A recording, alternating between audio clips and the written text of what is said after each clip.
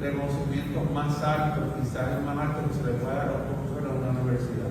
Este señor que está aquí, el doctor Carlos Rojas, es el otro de los profesores eméritos del recinto. Son 4 nada más, y Antonio Mancilla Triviño era uno de esos 4 profesores. Era un profesor de filosofía que vino desde España, y toda su vida prácticamente se la dedicó al recinto de Humacao y al departamento de humanidades. Este libro recoge, Carlos, y me gusta, ¿verdad? Cualquier impresión que yo haga. Este libro reúne trabajos, ensayos que en su mayoría él dejó inéditos en el sentido que nunca fueron publicados en libros, sino que algunos fueron publicados en revistas o algunos nunca fueron publicados. Así que eran todos son ensayos que nunca pertenecieron a los libros, estaban esparcidos por revistas y algunos no publicados ni siquiera en revistas, se sacaron directamente de sus archivos, ¿correcto? Bueno, maestro Carlos Rojas. El maestro Carlos Rojas es una institución, tanto en su calidad intelectual como en su calidad humana.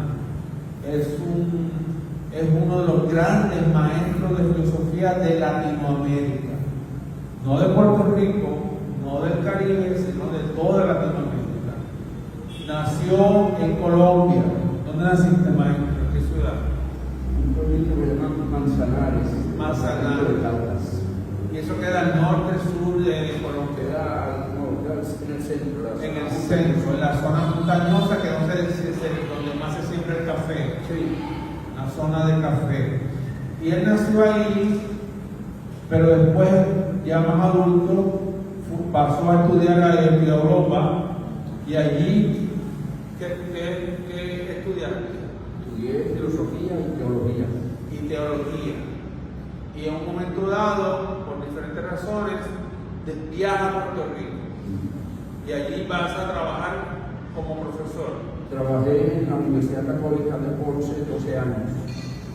Y después pasé a la Universidad de Puerto Rico de Humacao. En Humacao, donde realizó prácticamente toda su vida como profesor y donde se le dio el premio de profesor emérito. Entonces, Carlos Rojas mantuvo una relación muy estrecha con Antonio Mancilla Triviño. Cuéntanos de esa relación. Bueno, Antonio fue colega mío en el Departamento de Humanidades de la Universidad de Puerto Rico en Humacao. Curiosamente, cuando él fue a España a hacer su doctorado, fue que me contrataron a mí para sustituirlo. Oh, muy bien. Porque él estuvo 2 años haciendo su doctorado. Muy bien. Cuando regresa, yo lo conozco, y entonces entablamos una muy estrecha amistad, que habíamos tenido vidas paralelas, por decirlo de alguna manera, ¿verdad? Antonio había estudiado la carrera sacerdotal, yo sacerdote obrero, y yo también, pero yo no, a diferencia de él, yo no tenía con nadie. O sea que ambos estudiaron para ser sacerdotes. Entonces, es interesante. entroncamos muy bien esa amistad, y cuando él fallece, Que falleció hace un año. Hace un año, en 2021. Febrero del año pasado. Pero ya le estaba retirado y ya había cumplido la universidad y ya había sido nombrado por profesor emérito. Sí. Entonces hicimos un programa de radio celebrando su vida y su obra, y en ese programa donde yo también hablé, pues prometí recoger los artículos de él. Yo sabía que tenía algunos inéditos que ya estaban publicados, y cumplí esa tarea con la ayuda generosa de Padre Roberto. Ok, voy a hacer un paréntesis aquí, maestro. Es muy importante lo que le está diciendo. Antonio Mancilla Triviño muere, pero él sabe que él no publicó todo lo que escribió. Y él dice: yo me comprometo a recoger esos trabajos que no se han publicado organizarlos. Una cosa es recoger, otra cosa es organizar y después editarlos. ¿Qué significa editar? Pues corregir ciertos aspectos que es necesario siempre hacer, ¿verdad? Para tratar de mejorar el texto, como siempre, usar la menos cantidad de errores posible y conformar un libro. Eso es muy importante porque hay muchos escritores que mueren y jamás su obra se conoce. Se queda, toda esa obra que no se publica se queda inédita. Lo no publicado se llama lo inédito. Bien, se queda escondido en cajones y a veces jamás se conoce. A veces se quedan metidos en lugares que nadie sabe o a veces se destruye por el tiempo. Así que él le prometió eso a su amigo y para eso entonces me buscó a mí. ¿Por qué me buscaste a mí? Pues porque Carlos Roberto ha publicado varios libros míos y cuando yo le mencioné lo que estaba haciendo, él mismo se ofreció generosamente a hacer la publicación. Así que yo le estoy muy agradecido. No, yo te estoy agradecido por haberme pedido, pero además porque yo publiqué un libro de ustedes dos, ¿no te acuerdas? Ah, sí. Me tiene esa carta bajo la manga. Una bibliografía de la filosofía en Puerto Rico. Ellos dos hicieron una bibliografía.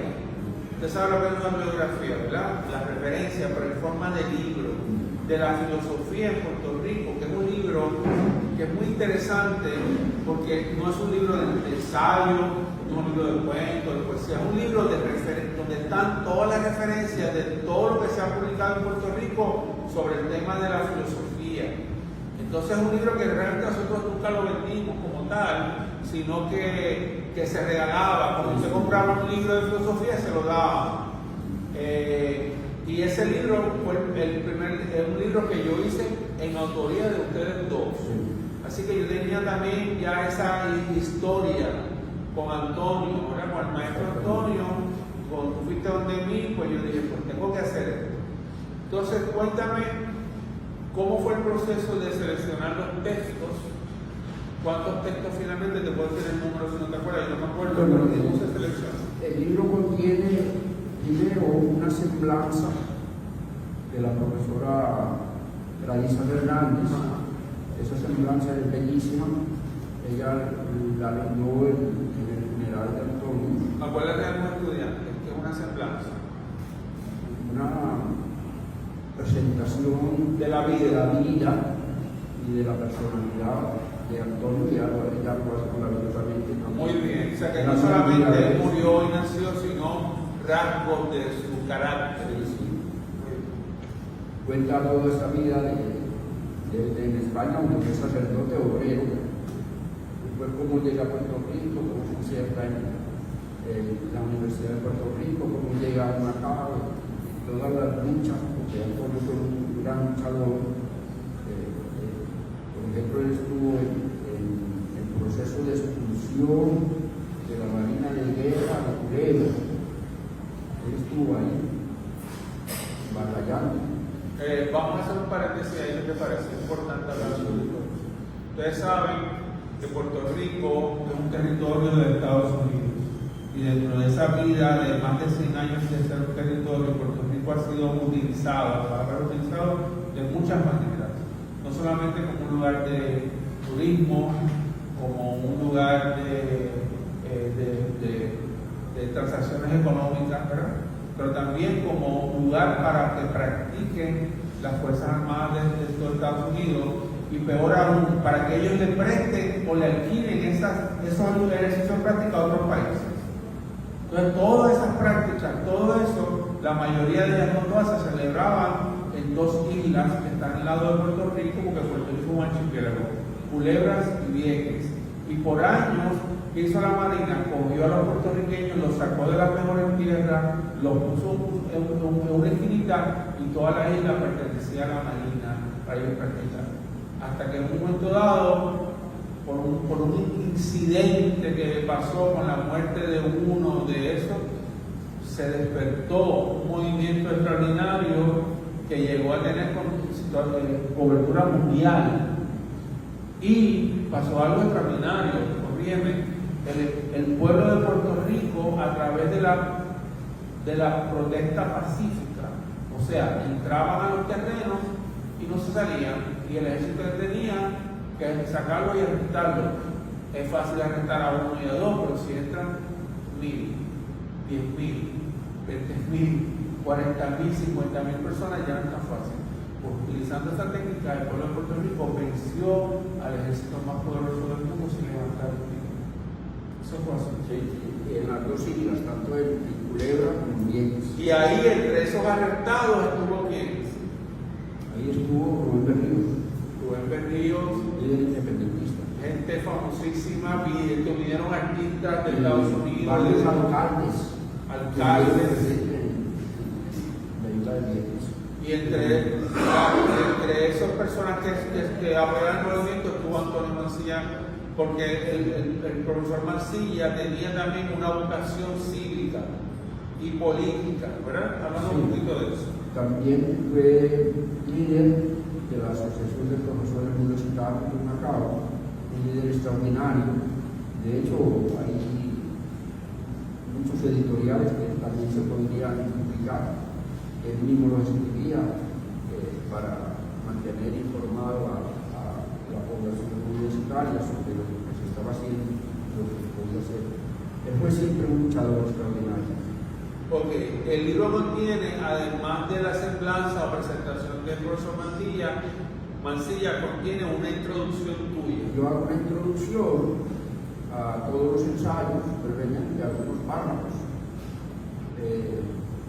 donde digo más o menos las líneas de pensamiento que él desarrolla, también hablo de algunas evaluaciones críticas, pero básicamente es una introducción a lo que viene después. Lo que viene después son entonces 20 artículos. 20 artículos, 20 ensayos. Más o menos la mitad ya estaban publicados en la revista Exégesis, por cierto.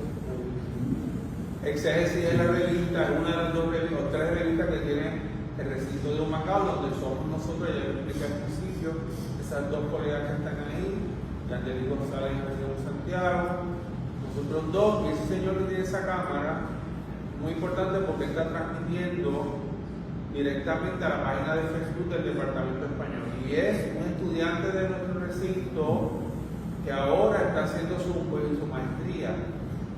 Así que el recinto de Humacao, si hay que caer la bomba aquí, pues hay que cerrarlo. Porque tenemos figuras importantes acá. Vamos, maestro, son 20 trabajos. 20 trabajos, la mitad de ellos ya estaban publicados en revistas y también en un libro sobre Freud.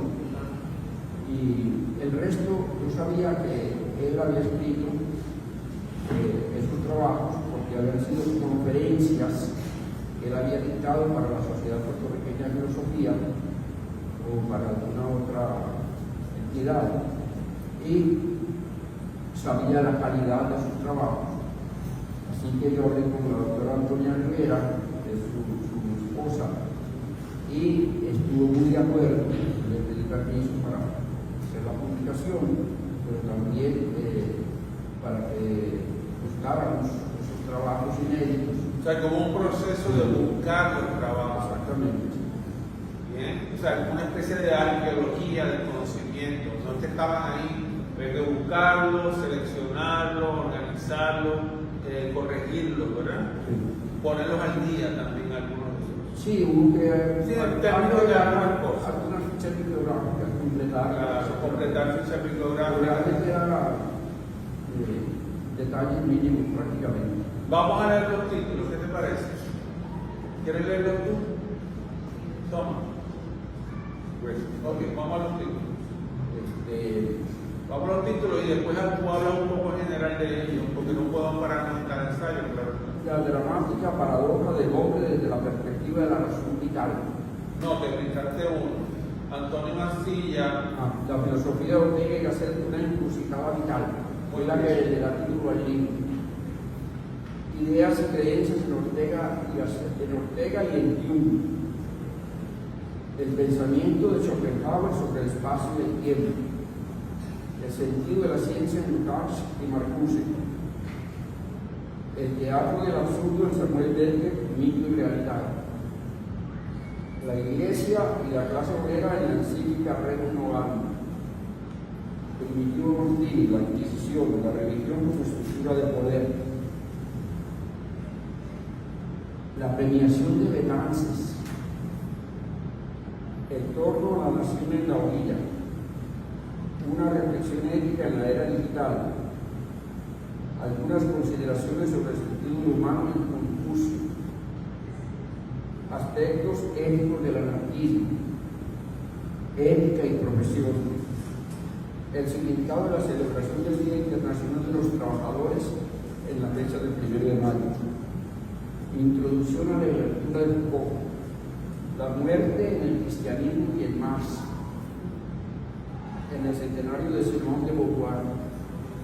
Sigmund Freud, el chiste y su relación con lo inconsciente. Y termina hacia una perspectiva materialista del cristianismo. Ok, maestro, es muy importante, tenemos estudiantes. Esencialmente son ensayos que giran alrededor de la filosofía. Sí. Pero explícale a ellos en 2 o 3 palabras qué es la filosofía y por qué es que caben tantos temas en la filosofía. Bueno, la semana... Sí, pero son otros. El lunes explicamos la idea de la filosofía, que es la idea que yo tengo, no es la idea de Aristóteles. Pero es buena idea. Sí, Vamos. La filosofía, diría yo, es un saber intermedio entre la ciencia, la religión y el arte. A diferencia de la ciencia, consigue consensos en sus teorías científicas.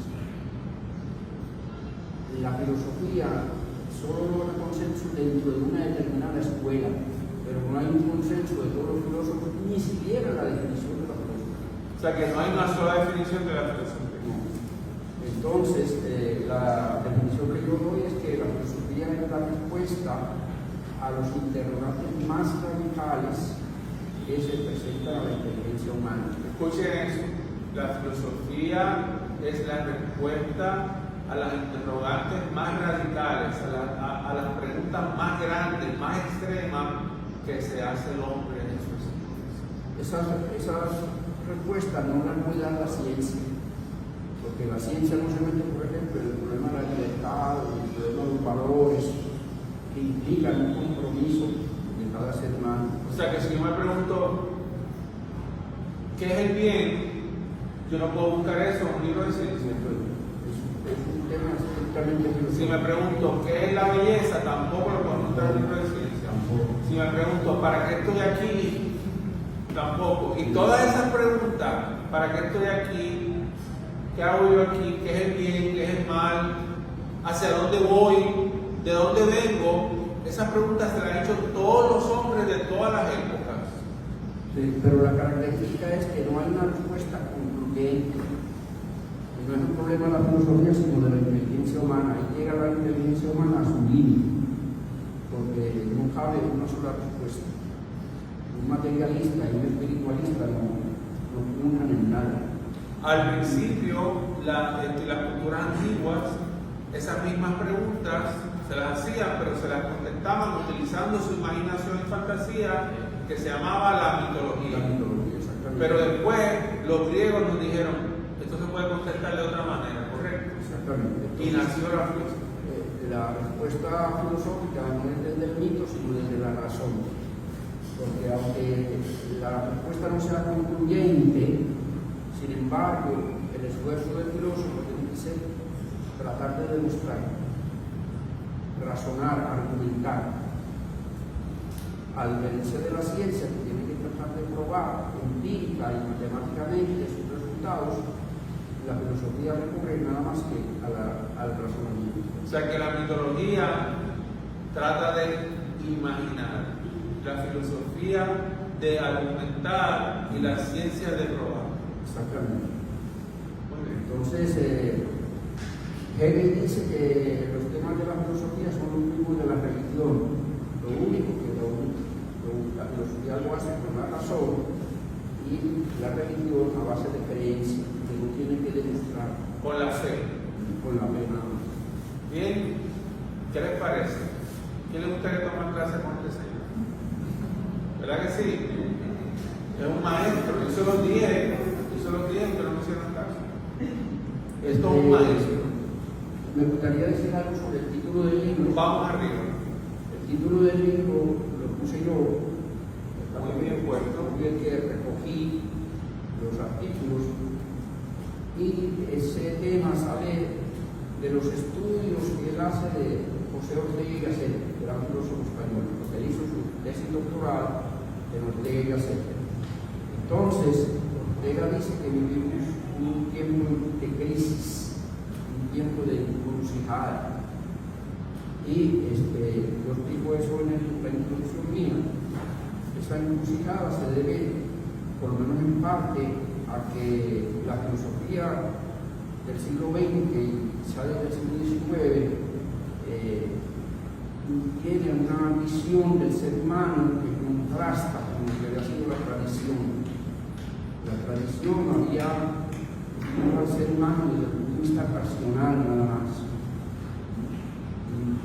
Pensadores como Freud, Nietzsche, empiezan a hablar más bien de que el ser humano está movido desde fuerzas inconscientes. Todo eso cambia la perspectiva sobre el ser humano. Más bien también se fija más bien en los condicionamientos sociales del ser humano. Así que el libro habla de esa crisis, no solamente en lo que dice Ortega y Gasset, que son 3 capítulos muy importantes donde eso se explaya bastante, sino también de Freud, de Schopenhauer, de Marx. Y aquí hay un tema que es muy interesante, y es que él, habiendo sido sacerdote obrero, hace una evolución muy radical hasta llegar en el libro hay varios trabajos de crítica de la religión. Es un ex sacerdote criticando la religión. Y es una crítica fuerte, inspirada bastante en Marx, y hay varios trabajos sobre ese tema. En algunos puntos se acerca a la teoría de la liberación, pero en otros puntos va mucho más allá, más cercano de Marx que de cualquier otra cosa. Maestro, a mí me gusta el título por una palabra, encrucijada. Yo creo que esa es la palabra clave, porque ¿qué significa una encrucijada? Una encrucijada es como cuando usted está en una decisión, o voy arriba o abajo, a la izquierda, a la derecha, adentro o afuera, me quedo o me voy. Usted está en una disyuntiva. ¿Y qué es la vida si no una disyuntiva? Vivir o morir, dormir o despertar, amar o odiar. La vida es una total disyuntiva en todo momento, hacer o no hacer, decir o no decir. Yo creo que esta palabra es clave. Sí. Antonio, siguiendo a Ortega, dice que la vida es como un naufragio. Entonces, normalmente resistimos ese naufragio siguiendo creencias que no cuestionamos, que recibimos. Pero cuando perdemos esas creencias por alguna razón o las cambiamos, entonces tenemos que recurrir a las ideas, y especialmente a las ideas filosóficas. Y la filosofía es como un barquichuelo que uno usa para salvarse de ese naufragio. Dice así mismo Ortega, y lo estudia muy detenidamente Antonio en ese aspecto. Y por eso es siempre una encrucijada. Estamos en un cambio de época, en una mirada distinta a las cosas. Por ejemplo, el libro de Antonio es muy importante el socialismo, y él trabaja, por ejemplo, una encíclica del Papa León XIII, donde por primera vez la Iglesia empieza a hablar de la clase obrera, pero él hace críticas severas al Papa por defender demasiado la propiedad privada y no llegar hasta la raíz de los problemas. Así que la encrucijada que vive el hombre contemporáneo es hacia una perspectiva política diferente, hacia una perspectiva del ser humano diferente, y eso es lo que yo traté de reflejar con el libro de la encrucijada, la encrucijada histórica. Mira, maestro, entonces lo que tú me estás diciendo, yo tengo que pensar y decir, entonces una de las condiciones naturales del hombre es estar siempre, estar en esa encrucijada. O sea, que la idea de que esta idea que hay ahora, de que usted tiene que estar siempre feliz, siempre sonreído, porque todo es bueno, porque todo es esa actitud positiva de que no, todo va a ser mejor, todo va a ser mejor, tú no puedes dudar, no puedes llorar, no puedes sentir, eso es una mierda. El hombre vive en una encrucijada y es normal, porque de esa encrucijada es que sale el arte, la belleza, es que sale la transformación, es que sale la filosofía. ¿Qué tú piensas de eso? Sí. La encrucijada se puede ver desde el punto de vista individual, que es donde Carlos apunta muy bien, porque cada ser humano tiene que hacer su vida. Tiene que hacer su vida con un proyecto determinado. O sea que los proyectos no son solamente de las naciones, sino también de cada persona. Exactamente, hay una encrucijada individual, pero a veces esa encrucijada abarca la sociedad o hasta la humanidad, que hablamos hoy en día, por ejemplo. Pero toda vida humana implica crisis. Crisis significa crecimiento, significa discernimiento, significa que estamos necesariamente somos libres. Eso es una fatalidad, pero no hay remedio. No hay alternativa al hecho de que tenemos que tomar alternativas. Mira lo que digo. Desgraciadamente somos libres. ¿Por qué? Dirá, pero ¿por qué es malo ser libre? No es que sea malo ser libre, es que la libertad implica una responsabilidad.